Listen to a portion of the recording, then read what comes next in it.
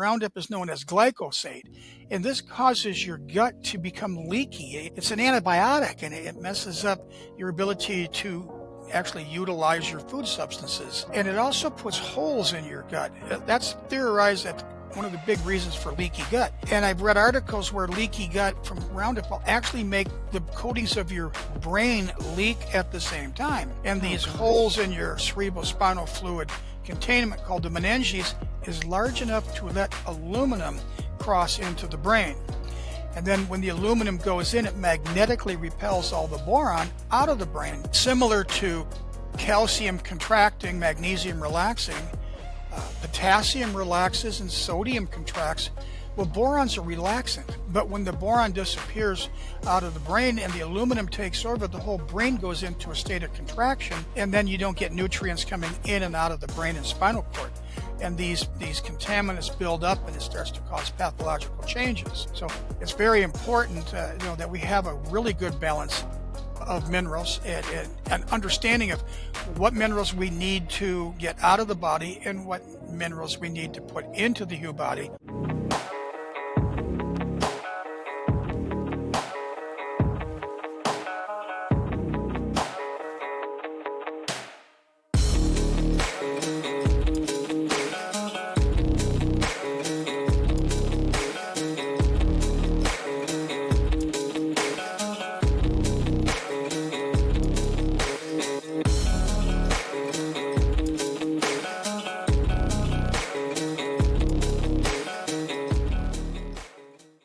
Meet the world's first living, full-spectrum, certified organic CBDA hemp extract.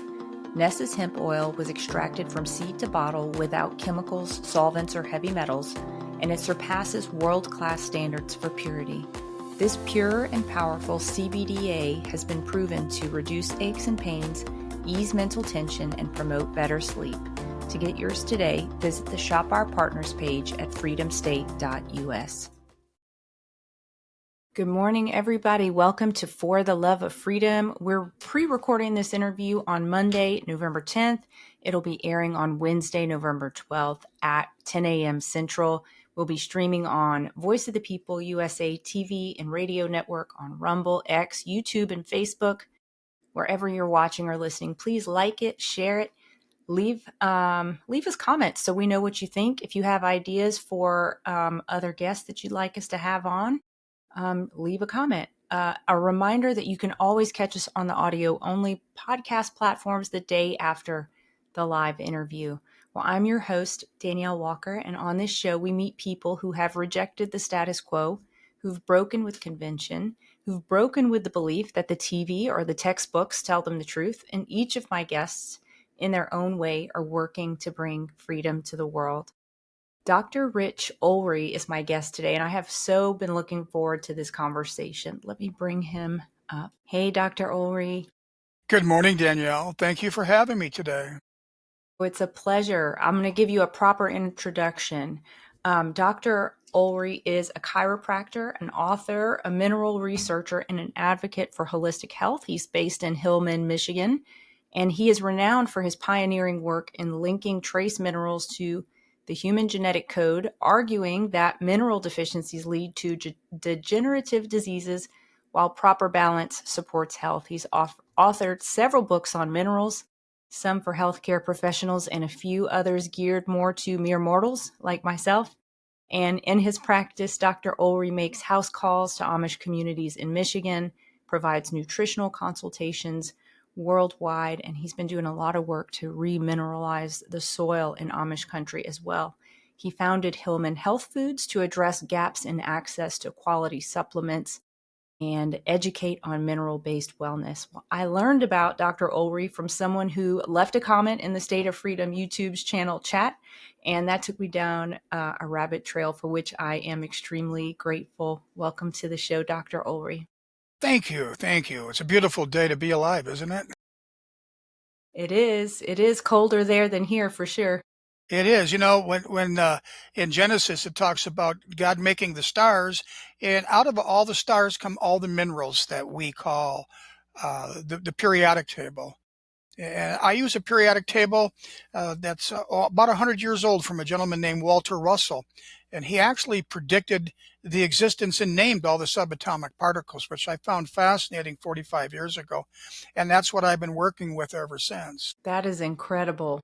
Well, I want to get into that, but before we get into it, I'd love to frame out the show with a scripture. I do that for every episode. And the scripture I have for us today is Psalm chapter 119, verse 79. And it says, "May all your lovers follow me as I follow the path of your instruction." And I love that scripture for this episode because you have had spiritual encounters that brought you some very important insights. And you're healing people all over the world with what you've learned. And I really hope, and my prayer for this episode today is that by the end of this conversation, people will be encouraged and feel empowered to pursue their own healing through the path of instruction that the Lord has led you down. It's been an interesting path. I walked into a drugstore with my mother when I was 4 years old, and I walked up to a book, and it was called The Book of Rocks. And my mother looked at me. She says, "Do you want that book?" And I said, "Yes, I do." And I still have it on my bookshelf. So my interest in minerals started at the age of 4. And I went off to Wow. doctor school thinking I was going to learn a lot of things. And well, it led me down the path. I was disappointed that I didn't learn as much from the institution I went to, but it put me in the environment where I could learn a significant amount of information. And then the reality set in as you get into practice. Now you got to start healing people. And that's when the true adventure began, is to look at all the different minerals and how they affect the human body. How did you ask that initial question about the minerals affecting the human body? Well, back in 1977, when I was still in school, a book came across called Atomic Suicide by this Dr. Walter Russell, and I was fascinated by it.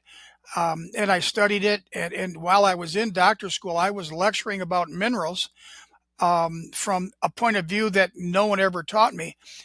And over time, to become an expert, you need about 30,000 hours into whatever subject you're going to do.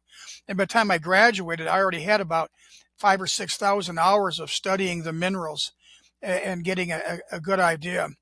And once you get into the real world and you start looking at individual minerals, it was like every 6 months I got to a new mineral, would see a new deficiency. And in a way, things go in cycles. And I started looking at these cycles in the spring, summer, and fall, how different groups of people came in with similar objects. Just like we respond to the sun coming up and the sun going down, as the days get longer and shorter, how our body regenerates became a real big issue. And then I had a real off the world type dream, and I came up and I was able to link the minerals, the subatomic particles, to the standard genetic code, into the circadian cycles of the acupuncture meridians. And I studied that and studied that, and one thing led to another. I ended up hooking up with the owner of the magazine Acres USA, and we wrote a book called Minerals for the Genetic Code, and that put me on the stage lecturing. And then from there, all the other books I put together started coming easier. But I look at everything in the grand unified theory of everything, which is combining gravity, magnetism, weak and strong electrical forces. And as much as they're trying to come up with mathematical expression, God incorporated all that into what we call DNA. And our DNA has to unfold using the laws of physics. And I come up with a real basic formula as to what the most primary minerals are to keep our DNA replicating in an orderly fashion. And I ended up realizing that iodine and selenium, magnesium, and a trace mineral called boron are the key to having the best DNA replication through what's called messenger RNA.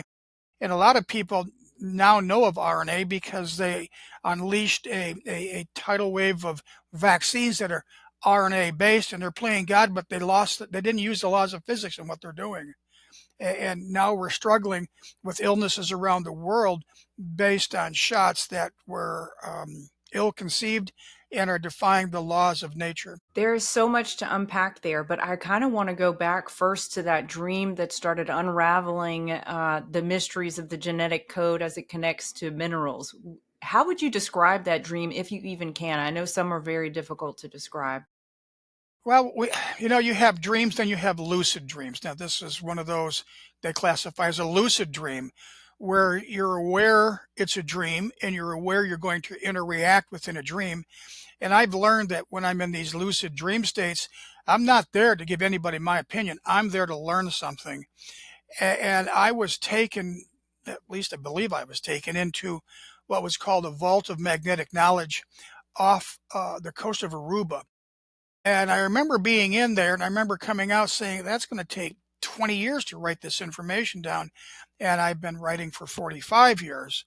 And when I first came out, I made a master chart that hangs in my living room, which I've never let it be photographed. It's my little scroll, but I've been using that as a guiding force that was given to me to understand how the human spine works, how the fluid of the spine works, what's in the human spine, how it controls over half your genetic code, and the importance of a chiropractor moving vertebrae and changing the electromagnetics of people and allowing the DNA expression to be enhanced through chiropractic care. And when imbalances continue to occur, I do a deeper dive into minerals and the analysis of minerals. And I do it primarily through the hair tissue mineral analysis, or a hair test. And the one book called Chiropractor's Metabolomic Handbook of Cerebral Spinal Fluid, um, this was all based on the University of Saskatchewan, and this has got a metabolomic division, and they analyze cerebral spinal fluid, and it turns What out does that, metabolomic mean? well, it's the study of small molecules. Okay. The University of Calgary, not Saskatchewan, the University of Calgary was given $900 million by the Canadian government, and they developed a lab that can tell you everything about anything you give them. It turns out there's 454 small molecules in the fluid of the spine. And of that, there are 44 minerals found in this fluid. And when I had found this book in 2014, Minerals for the Genetic Code, my first book had been out, and I had talked about a lot of minerals in that book that people didn't even, they'd have to go look at the periodic table and say, well, what does this have to do with the human Yeah. body? Well, all these minerals were found in the brain. So I ended up taking 4 years of my life and I made an 800-page book about everything found in cerebral spinal fluid and every gene associated with the movement of this fluid. Well, it turns out that 12,000 of your 21,000 genes can be directly affected from the fluids that move down the spine, which is replenished every 8 hours. That helped me create the best understanding possible I can. And to me, I wake up every day to go to the office, to do my job. That's to help mankind in any way I can, and with any means I can. And with the advent of the internet, it allowed for much broader understanding of things because you could research libraries that you didn't even know existed, and now you can find them at the drop of a hat, so to speak. So that was the big dream, and I've been using this information. This is my 45th year of practice to help people on a daily basis write books about what's happening. And Lord knows you don't have any idea how many people you help when you write a book. Um, No, but that's that's my so best. awesome. Thank you, dear. So you are doing hair tissue mineral analysis to determine the deficiencies or imbalances maybe in people. Well, in people, would you talk a little bit about why a hair tissue mineral analysis and what you're finding? Well, the hair tissue mineral analysis helps a person understand their absorption and excretion of good minerals and bad minerals. And the brain having 44 minerals in it, I've come to believe that there's a lot of bad minerals out there, that like lead and aluminum and barium and cadmium and mercury. Well, the body doesn't want these minerals um, affecting anything. So it puts it into the fluid of the brain. And at first I thought that was an absurd. Why would you want minerals in the brain? But when I Right. realized that the second most abundant mineral in the brain is called boron, and boron at an electron microscope level creates what's called a Faraday cage. And these Faraday cages engulf these minerals so that they don't have any way they can affect the body through the mineral's physical attributes. And your body waits to excrete this either through the lymphatic system or into your hair.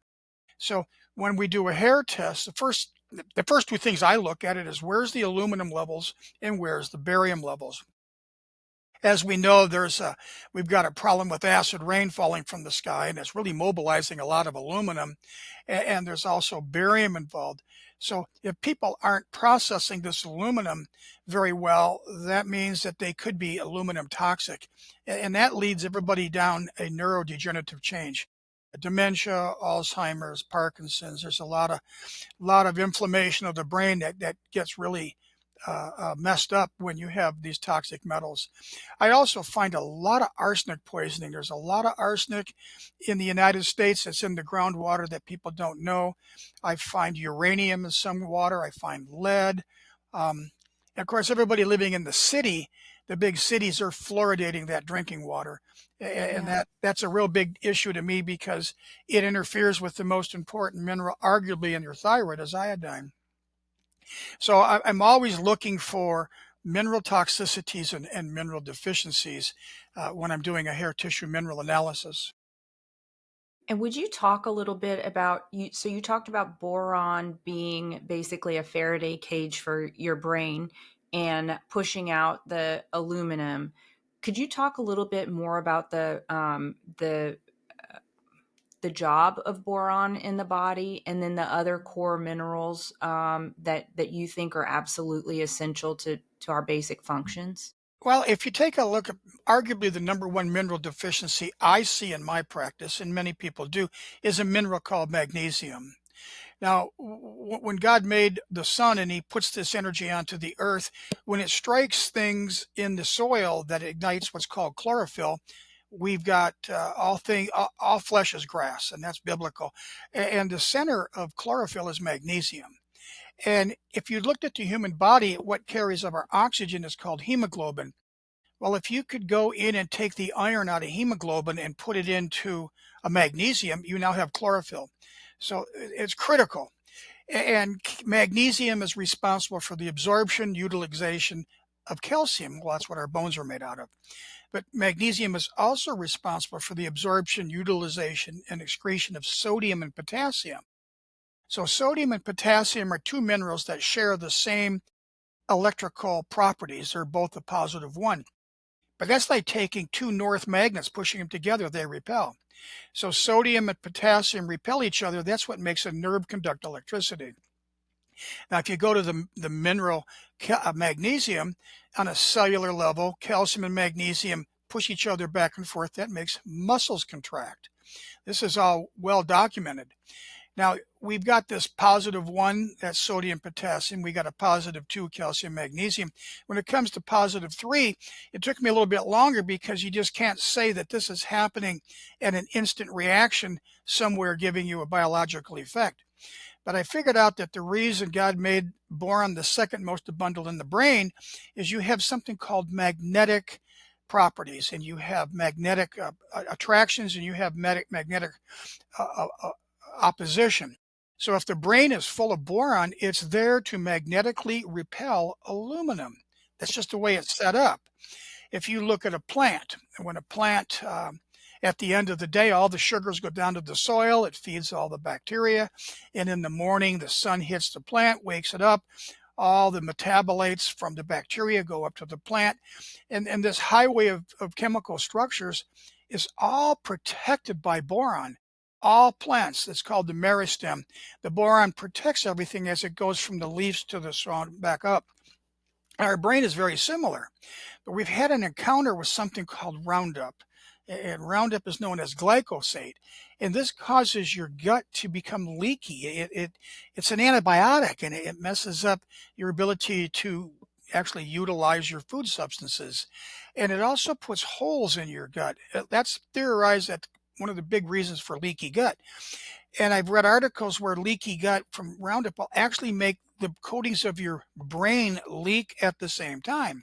And these holes Gosh. in your cerebrospinal fluid containment called the meninges is large enough to let aluminum cross into the brain. And then when the aluminum goes in, it magnetically repels all the boron out of the brain, um, similar to calcium contracting, magnesium relaxing.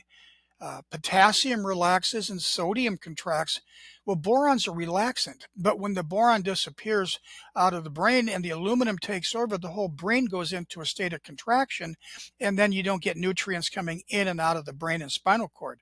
And these contaminants build up and it starts to cause pathological changes.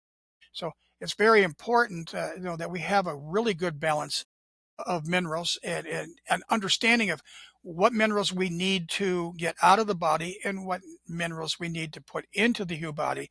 And I rely heavily on the hair tissue mineral analysis to give me an understand what's happened to your body in the last 3 months, because that's about how long a hair test is good for describing what's leaking out of your lymphatic system or your glymph system in relation to a hair tissue uh, analysis, the results you're looking at. Okay, have you seen anything interesting or surprising from people who've had surgeries with maybe they had pins put in, or people who have maybe fillings in their teeth? Is that showing up in your mineral analysis? Oh, yeah. When you see mercury, you know that's 90% going to be probably from amalgam fillings because they are 55% mercury. That's a no-brainer. And everybody's like, well, I'm going to have all that taken out. It's like, well, okay, well, what are you going to put in? And people don't comprehend that the white composites that they put in there, now you're chomping on fluoride. So the devil's in the paperwork there. So you get all these composites put in, and now you're chomping on fluoride, and that's anti-iodine. Um, so I look at this as like, okay, well, if you take a lot of selenium, you can keep the mercury moving through you, but you got to then take a lot of iodine to keep the composites going through you. So now if you have a mixture of composites and mercury in your body, you've got to make sure you have a lot of iodine and selenium trying to help protect you from these minerals that are basically, you're chewing them and they're swallowing them and you're putting them through. That's a no-brainer. We do see a lot of lead, and we see a lot of cadmium. We can always tell a cigarette smoker because they'll just be full of cadmium. And then we see a lot of arsenic. And if they don't live in an arsenic area, people have given up the tobacco, I should say the smoking tobacco, in lieu of chewing tobacco. And chewing tobacco has a lot of arsenic, and that usually will lead to some type of kidney bladder cancers down the road if you can't talk them out of it or help get them detoxed. I hope that answered your question. Yeah. And if you're seeing people with like hip replacements and pins and things like that, what is that is that going to lead to negative effects in the mineral balance in your body?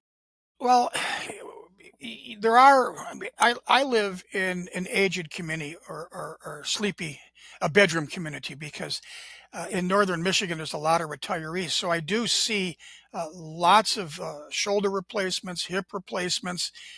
Being a chiropractor, there's some you can't fix that are so bad, and then they've got lots of pins and screws, and it's either made of a stainless steel or there's a lot of titanium in them. Um, so if I'm looking at a person's hip and I'm going, that hip is going to be replaced sooner than later. Um, then if you have to weigh in, does a person have soft bones?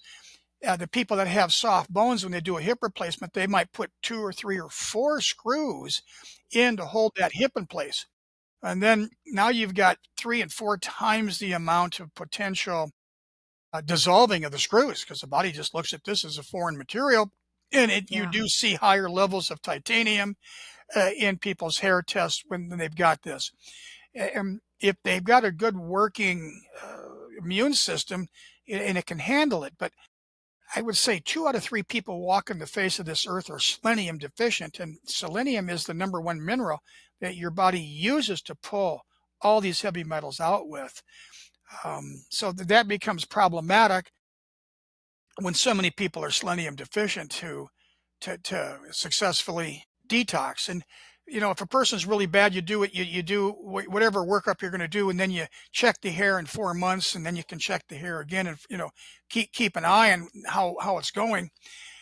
I had one lady that was extremely demented when I first met her, and it took 2 years to get all the aluminum. I'm sorry, we got all the lead out of her, and she's got her life back. Wow. It was very interesting to watch the process of not even know how to wipe your backside to going into a public library and looking for all the porn and knowing the board of directors' names and telephone numbers within a 2 year period.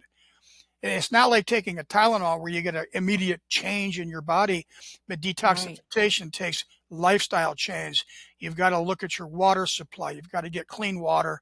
You've got to get organic. You got to get them to understand if it's not organic, you got to panic about what you're going to eat and what you're going to drink and the air that you breathe. Wow. Very, So very she went critical. from being literally almost, unable to take care of herself to being like an advocate, When her husband came in, an she activist. says, I actually have to help her in the bathroom. And I'm like, holy mackerel. And she knew something was wrong. To It was the last year and a half. We got the new boron from Global Healing, and we put her on that. And she had such a dump of aluminum in a hair test. I've never seen as much aluminum in a person, from showing none Wow. for 3 hair tests to just absolutely an outrageous amount. And that's when her brain turned back on. That is And she amazing. made the front page of the Alpena paper as being as an advocate in the library seeking out naughty material. That is amazing. And that's God's work. I mean, it's unbelievable the nasty things that they're putting in the public libraries and the school libraries. What an amazing story. Um, would you talk about what is driving these deficiencies? So you've mentioned Roundup, you've mentioned spraying. Um, so we can't expect to get all of our minerals then from the food we eat, it sounds like. Well, let's go back to 1996 when autism rates were 1 in 10,000. Well, what happened in 1996? Taco Bell was the first company to start using genetically modified corn. And then this became genetically modified, and this became genetically modified. And to understand what Roundup is it's as simple as an antibiotic. It's an antibiotic that kills bacteria in the soil so plants cannot absorb key minerals. Yeah, sure, it's a chelator and it was designed for cleaning pipes and stuff like that, but you just can't take and spray something on the field that runs right to the seed of the food you're growing, lace it with an antibiotic, eat it, and then expect your bacteria to thrive in an antibiotic area. So we have a massive depopulation of the microbiome from eating foods that are demineralized and have toxic materials that kills your microbiome. So they had to, I mean, our soils in the 30s, they said in the 50s, there's not going to be enough minerals. In the 50s, they said there's not going to be enough minerals. So then they come out with nitrogen fertilizer.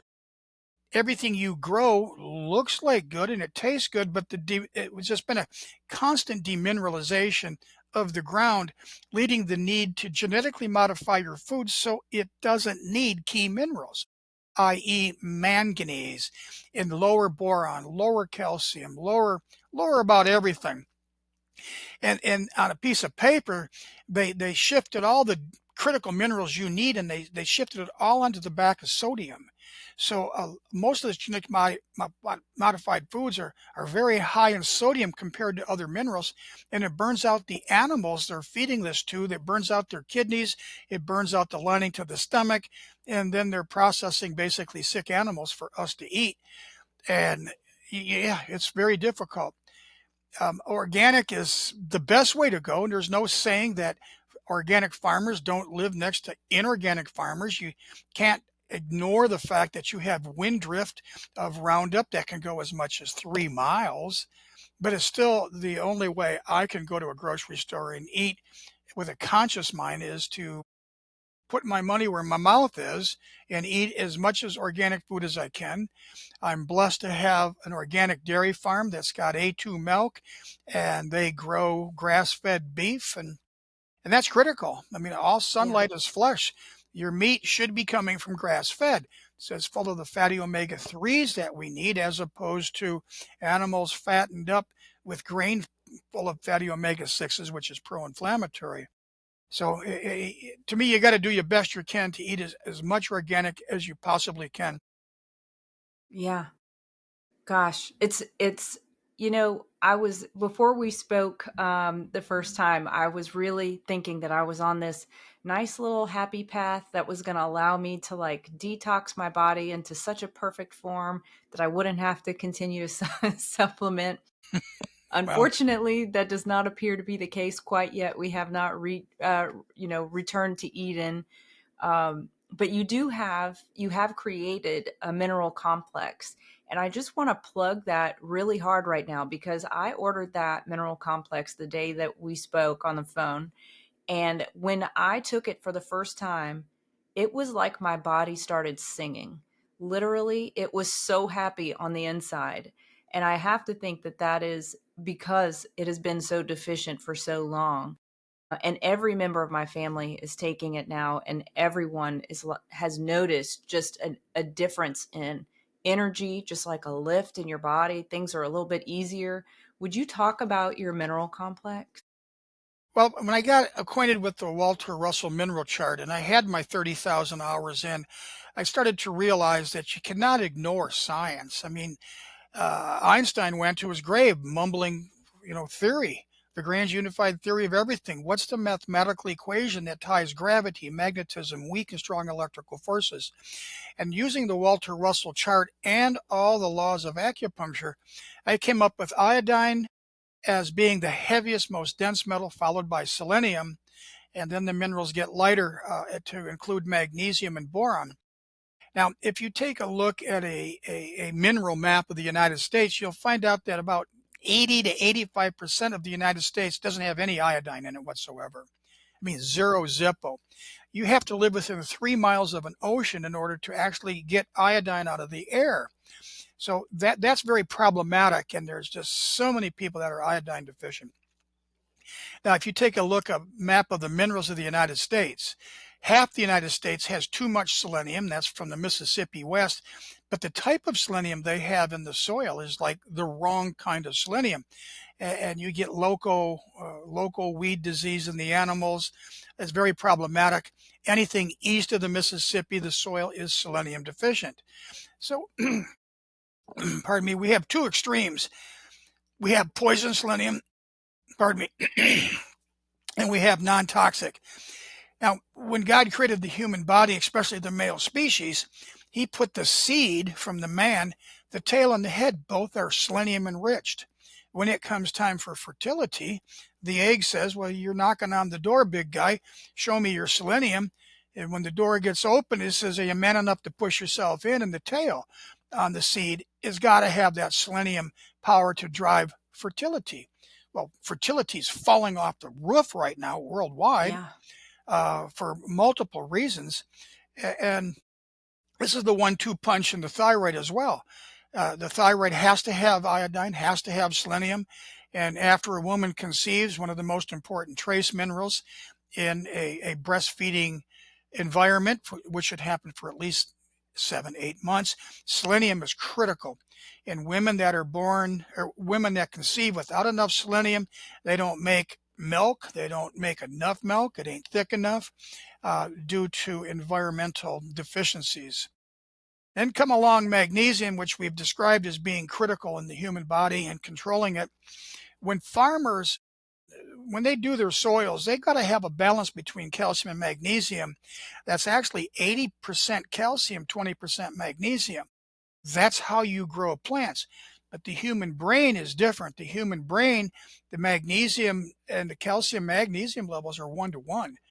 So unless you're eating a lot of greens and fresh greens, most people we meet are in a magnesium deficient state because they let themselves get dehydrated, and dehydration causes a magnesium waste. All of your hard colas are full of phosphoric acid, and one dark can of a dark cola drives 400 milligrams of magnesium out of the body. And Wow. then we have this acid rain causing aluminum to become liquefied, and that drives the boron out of the body. And those are the four key minerals that allow for your DNA to become messenger RNA, and the protein that will eventually be developed from that has the proper the three-dimensional structure it needs, because all this stuff has got to fit like a puzzle. And if you take too many pieces that you can't push together, you might not be able to know what that puzzle is. And that happens in the human body. It puts things together. It's the wrong size. It's the wrong shape. And then you go into basically mineral starvation and your body can't function properly. And this causes a tremendous strain at the end of your chromosomes, something called the telomeres burn out, and the aging process accelerates. Do you think, I do want to pick up on that, but before we get there, is the starvation issue, because of mineral starvation in the body, is that a driving force of obesity? Are people just continuing to eat because their body is looking for something that it's not getting? Well, now you're talking about the processing of food, and the overall relationship to the human gut's called a microbiome. Every part of your body's got a unique microbiome. The disc in your back, inside your back, has a microbiome. Your gallbladder has a microbiome. Your armpit has, your mouth has a microbiome. The COVID virus alters the microbiome of your mouth and your sinus to become fungal in nature. If you take a look at a diseases such as pancreas cancer, they find that cigarette smokers will produce a particular type of microbiome that's got two unhealthy bacteria, and in secretions of pancreas cancer, they'll see that same bacteria. Now, Wow. it's a proven fact that obesity people, their microbiome is completely altered from people that don't. Now, if the energy system is governed by the thyroid, making thyroid hormones, telling the part of your cell called the mitochondria how to utilize energy, if you're iodine deficient or selenium deficient for extended periods of time, the microbiome of the gut changes. And unless you address what's happening to your microbiome, you can go into starvation diets and you can do all kinds of things that just don't necessarily get you healthy. You may lose weight, but it's going to come right back. The body's going to say, hey, we about starved here. We better put something on in case there's another rainy day. So the relationship of your mineral intake to your microbiome is well established.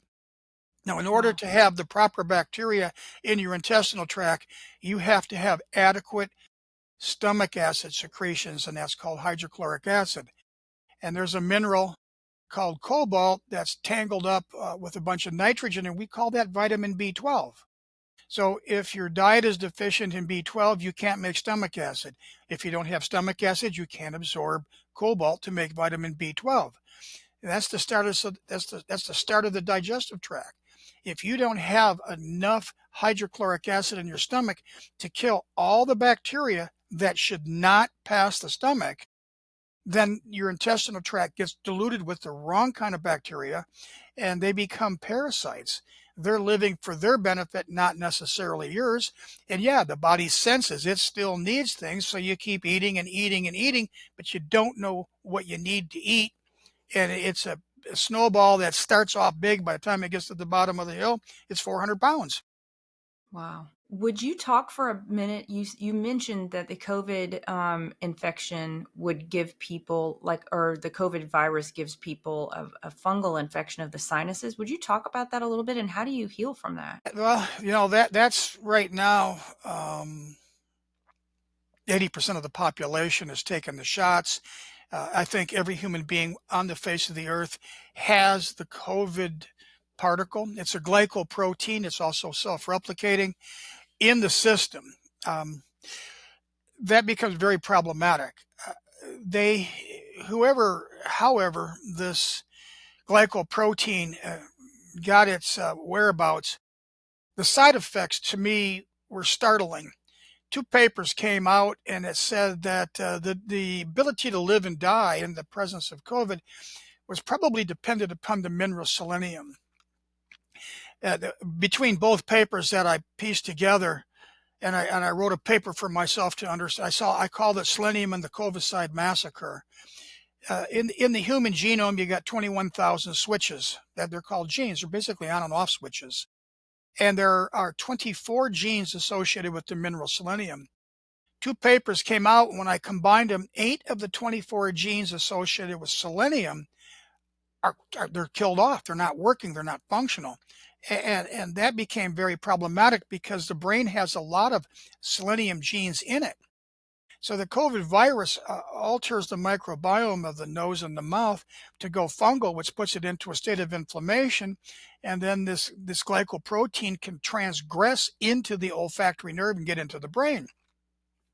When it's in the brain, they're showing 2,000 or so genes get upregulated and downregulated, and it basically puts your brain in a constant state of inflammation. Oh Now, my I spent gosh. years trying to understand where is the reservoir of this, and the two primary places I can see as the COVID reservoir is the small intestine and the meninges, the coating of your brain, as it attaches to the skull bones with direct access to brain tissue. Now, cerebral spinal fluid is replenished every 8 hours. This is like a never ending source. So, you need to get your seleniums working back in your body. You need to get control of your microbiome of your body, particularly of your mouth and your nose. And that's done with either trial and error, or you just start eating a lot more foods that people have made by making their own probiotics, or having stool tests and find out what that compost is looking like, what's growing that shouldn't be growing, and more importantly, what's not growing there to digest your food. Wow. That's terrifying, Doc. Nah. Talk about the telomere aspect of the COVID virus. What I thought was interesting is way back, when I say the Wayback Machine, I'm talking about when COVID hit the scene and the big shutdown occurred. Okay. And suddenly you're getting paid not to go to work. And I had no idea what was coming at us. I knew they were going to come out with some type of shot that I would never take no matter what, but we didn't have any idea what was going on, and they shut us down. But what I realized is the word comorbidity. When I looked at comorbidity, I'm like, well, okay, what's a comorbidity? Well, let's see. Did you go to Vietnam? That's a comorbidity. Did you get in the Gulf War? Are you diabetic? Do you smoke cigarettes? Do you not sleep good? Do you have heart disease? All these things are called comorbidities, and aging is a comorbidity when you're old enough. And what I've seen in all of it was they all had one thing in common. They had short telomeres. Oh my gosh, what's a telomere? Well, it takes energy for your DNA to respond to a need. Now, if we back up and talk about your DNA coil, DNA is a coil. And from what I can see, energy enters the body at 4 a.m. and the coil starts to expand. And it expands to 4 in the afternoon when a switch is thrown, then it starts to contract. So at no time of the day is your DNA coil the same frequency. This is how you develop circadian cycles, is to have the DNA coil expand and contract.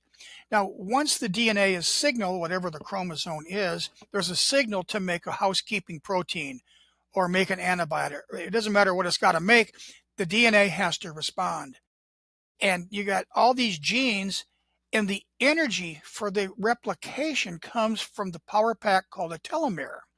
So if your telomere batteries run down, then you're not going to be able to make the appropriate proteins for living. And anybody that had weak telomeres when the COVID hit, it was like there was a switch thrown and the telomeres quit regenerating. And all the people that had very weak and unenergetic telomeres ended up succumbing to this virus. Hence, I wrote the book, Is COVID-19 a Telomere Virus? Did it do something to the telomeres? It's hard to say, but it certainly preyed on the people that had bad telomeres, Wow. such as people in a nursing home. Yeah. Yeah, definitely. Now, I had a couple of other things I wanted us to get into. You'd mentioned, let me see here. Where's a good next place for us to go? Let's talk for a little bit. I want to stay maybe on COVID before I switch gears. You, when you are seeing patients, are you still seeing patients like that you would describe as having long haul COVID, and what are you recommending for them? Are you having any luck treating them? Well, long haul COVID could be anything related to a selenium imbalance. The people that took the shots, i.e., the COVID shots, there are papers out there saying within 30 days, a particular group of bacteria no longer existed in their gut. And this group of bacteria is called the bifidobacteria. And the bifidobacteria are responsible for creating the selenoproteins that your body needs to absorb from your gut for maintenance. You have 21,000 switches, and these switches are turned off and on by something called methylation. And selenium is in control of the methylation of the process. When I read those two papers, I went, oh my goodness, what am I going to see coming through the front door? It took me an entire summer of off time. Created a list of every disease known to man, every cell in the human body, and every part of the cell. And I challenged all these words 24 times. That's the name of 24 selenoproteins in the human body, to see what direction research went into. I came to the conclusion that you're going to see 70% of every disease known to man go off the rails because of the genetic manipulation and the usage of selenium. I'm seeing it all the time. People are coming in with some really good diagnoses that really do not describe the reality of the problem. An example is a 63-year-old lady comes in and she says, I've been diagnosed with a genetic problem. I go, really? I says, what's the name of that gene? And she tells me, and I have my computer on and we have a big screen, and yep, that's it. And I says, okay, that's the gene at age 63 decided to not work on you. She says, that's what they're telling me. So I took that gene and I put it into publicmedicine.gov and added the word COVID-19, and there were 265 papers. First paper I pulled up says COVID shuts this gene off. I said, no, that's not a genetic modification. That's just an on and off switch that's not working. So I see a lot of long haul stuff is just genes have been silenced due to malabsorption from how the immune system has been altered. Are you able to turn the switch back on? Try to. Absolutely try to. And it all goes back to putting minerals into their diet and making sure they got the right bacteria. When I deal with about anything, I says, okay, you got a big fester going on. What's the sliver? What I mean, up until COVID, the big sliver's always been dark colas, and it's been aspartame, and it's been sucralose, it's been fluoridated drinking water. I mean, I'm always looking. I mean, I had one person come in and he was 80 and things weren't working right. And I sat there for 45 minutes and ended up being his new dentures were dissolving in his mouth and he was having bis A toxicity. And then right after that, another lady came in and she said, Richard, everything's tasting like chicken. I said, tell me, you just get some new dentures? And she said, yeah. He said, did you get it from this dentist? And we talked about the dentist. And she goes, yeah, these two people had the same dentist. So when I went to church, I talked to the chairman of the board, who was an old-time dentist. He goes, yeah, everything we send goes to the other side of the world. We overnight it. It comes back a week later, and we put it in their mouth. We don't know what we're getting. It's just dentures. Oh my gosh. So there's so many things that go into why one person can be healthy, the next person can be not healthy. No, go ahead. I want No, you to no, I'm finish just your saying thought. there's so many things that, you can't just blanket and say, well, this one Yeah. thing covers there's so many layers to people's health. I mean, you have a lot of brain diseases out there that have gotten a lot worse since COVID come on. There's a lot of what's called single nucleotide polymorphisms, or snippets, where 5 people have normal genes, one person has a snippet. Well, they don't know they have a snippet, and they get tangled up with something, and it's deadly to them. It's really unhealthy. That leads to something wrong.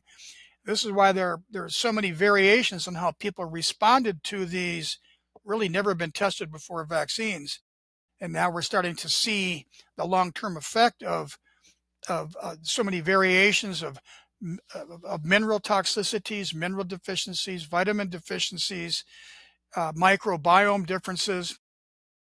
What I mean by a microbiome difference, if you have a dog and you feed it Elpos for a month and you check the bacteria out and you switch it to another form of a dog food for a month, you see basic changes in the bacteria based on what's going in.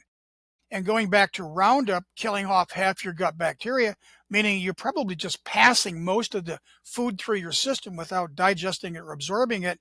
We get into multiple mineral imbalances, multiple vitamin mineral deficiencies, and then you have regional areas where the groundwater has certain things in it.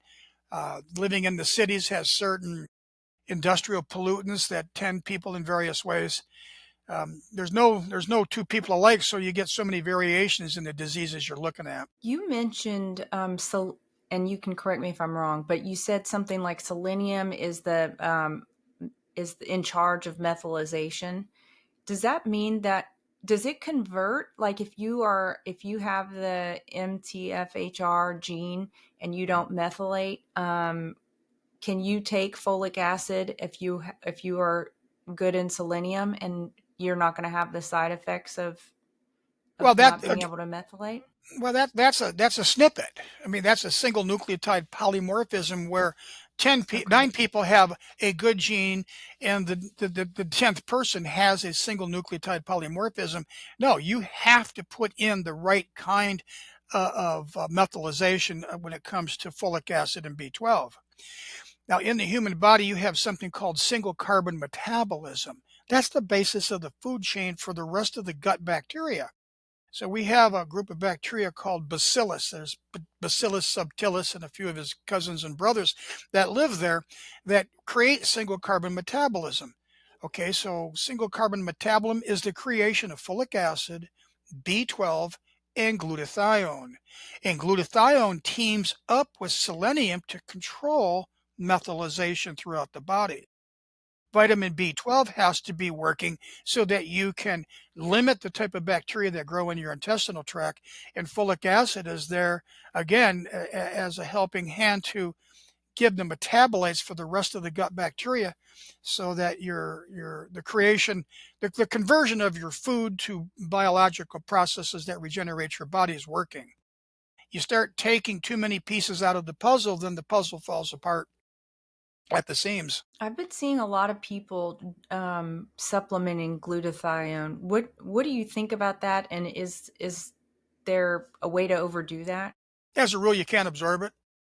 Your body has to make it at the brush border, and you have to have selenium present to stimulate the glutathione. The precursor to glutathione, one of the most important precursors, is NAC, N-acetylcysteine. And if you take a look at your hair is full of cysteine. Cysteine assists in heavy metal detoxification. That's why during the height of COVID, NAC was utilized to try to get the glutathione being made again. Because in the 2 papers that talked about the selenium genes being turned off, it also shut off glutathione synthetase. So your body couldn't even make glutathione.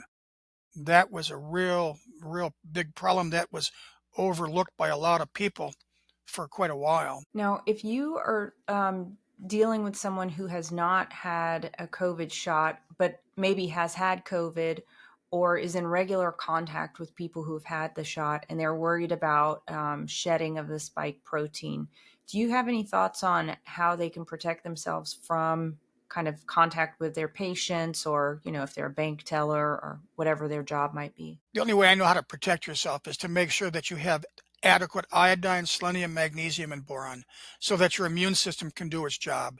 You have to have the right bacteria growing in your gut so you can take hits.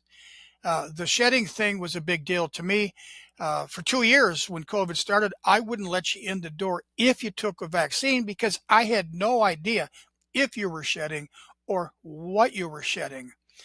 And Wow. recently there's been speculation that a light used in Michigan to look for Uper rocks on the UP of Lake Superior is photolumis of possible nanobot technology coming out. And this light comes at a 365 nanometers. And when you shine it on people, you're starting to see a lot of orange, and it's speculation that this is nanobot technology, but we have no confirmation on it.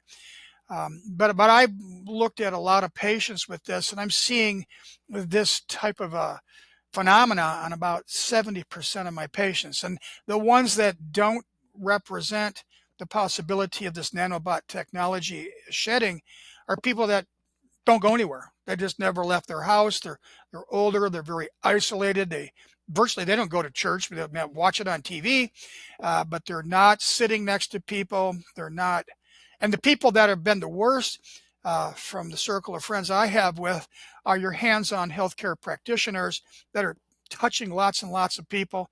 They Yeah, seem to have a much higher burden of this shedding effect. goodness. Now, I want to switch gears here just for a second and talk again about fluoride. Um, I live in a place where fluoride is put into the water system. We do have a reverse osmosis water purification system. But what I've heard is that fluoride calcifies the pineal gland. And I've also heard that the pineal gland is a central part of our ability to discern and to connect with God. So if it's true that fluoride can calcify this and obscure that, is it also true then? And so this is a lot of ifs, but if it is true, is it also true that there are minerals that would improve our connection to God? Well, what you're saying is that people that are iodine deficient can't handle a fluoride hit. Now, when people come in and they're sick, so what's the first thing I'm going to do? Well, do you use underarm deodorant? Well, I do. Well, then quit sticking aluminum in your armpit because we can pick it up in the hair. But when it comes to the fluoride thyroid iodine connection, I say, look, are you using toothpaste? Yes, I am. Is it fluoride free? Well, I don't know. Well, that means it is. They're not going out of their way to buy fluoride toothpaste. I say, do you use dental floss? Well, yeah. Well, do you understand that the FL in the word floss means fluoride? That means you're taking some string that's fluoride encased and you're running it through your teeth and you're swallowing it. Now, Danielle, you may not be old enough, but when they first come out with fluoride toothpaste, the TV commercial said, our toothpaste has fluoride. Fluoride kills the bacteria that causes tooth decay. Wait a second, that just told me that's an antibiotic. Now you're going to change the microbiome of the mouth by sticking fluoride all over your teeth. That alters your microbiome of your mouth. That alters the microbiome all the way to the deposit into the toilet when you're saturating the body with fluoride. Now, if the body is now sucking up fluoride instead of iodine, the electron valence in the understanding of DNA, it actually thinks fluoride is iodine and it plugs Okay. it into the hormones in the body. But because the size, the shape, and the energy is so much different, the three-dimensional structure of your thyroid hormones are the wrong size and shape and can't be utilized. And you can say, look, I've got goiters, my eyeballs are popping out, I put on 50 pounds in 6 months, I can't remember my name, and my hair is falling out. I think I got a thyroid problem. They go, well, we've run your blood, you're okay, there's nothing wrong there. Maybe you need Prozac. Maybe you need more fluoride in your body. Now you can there's a company, you can drink a slug of iodine and you can pay them a little bit of money and then you can collect urinary byproducts for 24 hours and they'll tell you if your body is iodine saturated, if you're pushing too much chloride, fluoride, or bromide through the human body, and you can be tested for these toxicities and then you can go on a regime to understand how much to take, when to take it, and then you can keep testing yourself for iodine saturation. Now, iodine is so powerful that if you take it, it could get you into a lot of trouble real quick. Now, we had talked about your mom. Maybe I shouldn't say that, but being involved with taking some iodine supplements. Well, the doctor we talked about, he did some studies. This is Dr. David Brownstein, did some studies, and some people would respond to iodine really good. Other people would take iodine and they'd get sick. I mean, sick as a dog. And what he found is that as fast as the iodine was going in, it was releasing bromine into the bloodstream, and bromine is very toxic. And as the iodine peaked out, so did the bromine. And when the iodine levels went back down, the bromine levels went back down. So some people are really high in bromine. That would be anybody that used to drink Mountain Dew. Mountain Dew Hmm. was full of bromine. Seltzer, bromated bread. There's a lot of ways you can build the bromine up in your body. So I called Dave up and I says, "Hey, Dave, where's all this bromine stored?" He says, "Well, wherever halogen is." I says, "You don't really know." I says, "I think I figured it out. When I wrote the book, A Chiropractor's Metabolomic Handbook of Cerebral Spinal Fluid, there's a ton of bromine in the brain. And when your body gets a good slug of iodine, it pushes the bromine out of the brain into the bloodstream. Now, if your kidneys can't handle it and you excrete it, it just ends up back in the brain, which is why some people can react really negatively to taking iodine. So Wow. if you know David, he's always like, you got to put salt water in your body because the chloride in the salt will push the bromine through the kidneys into the toilet. But this is why some people can react negatively to iodine. And there's another group of people, because iodine is so powerful, if it's in a shrimp or anything with a shell, it affects the calcium of the body and it throws their heart into a hyper state. So we don't tell anybody just to grab a bunch of iodine and take it. You need to get into the hands of a good alternative practitioner that's experienced and that can guide you through this type of stuff. And the hair tissue mineral analysis that's offered by one company out there, it's too volatile. I don't trust it. I prefer the urinary analysis of absorption and excretion in relation to other halogens. Okay. Awesome. So if you take enough iodine, if you're not iodine deficient, then you're not going to have a calcified pineal gland. Well, if you said, okay, what's the number one cause of heart disease? Well, heart disease is what? Plaquing of the arteries, hardening of the arteries. It's an iodine deficiency because the oils go rancid and the body goes into a state of inflammation. And anytime you have a state of inflammation, the body says enough is enough. We're just going to calcify this tissue. So if the pineal gland is calcifying, it's not any different than calcification in your big toe or your low back or your neck or your wherever your body's got chronic inflammation. Chronic inflammation leads to calcification. I mean, biblically, somebody turns around and they turn to stone. I mean, that's kind of what you're getting. It's just the slow stone effect when you're in chronic inflammation. I don't care what the disease is. You can usually go back and track it down to some chronic inflammation from an imbalance of some nutritional need or toxicity that the body doesn't need, triggering chronic inflammation. This fluoride is more sensitive to the bromine and iodine levels of the brain. So if you were going to encourage anyone watching to just take one step today on how they could improve their overall health, what would you recommend they do? Eat organic or panic. Get rid of the fluoride toothpaste, get rid of the dental floss, get rid of your Teflon coated frying pans, get the aluminum out of your face.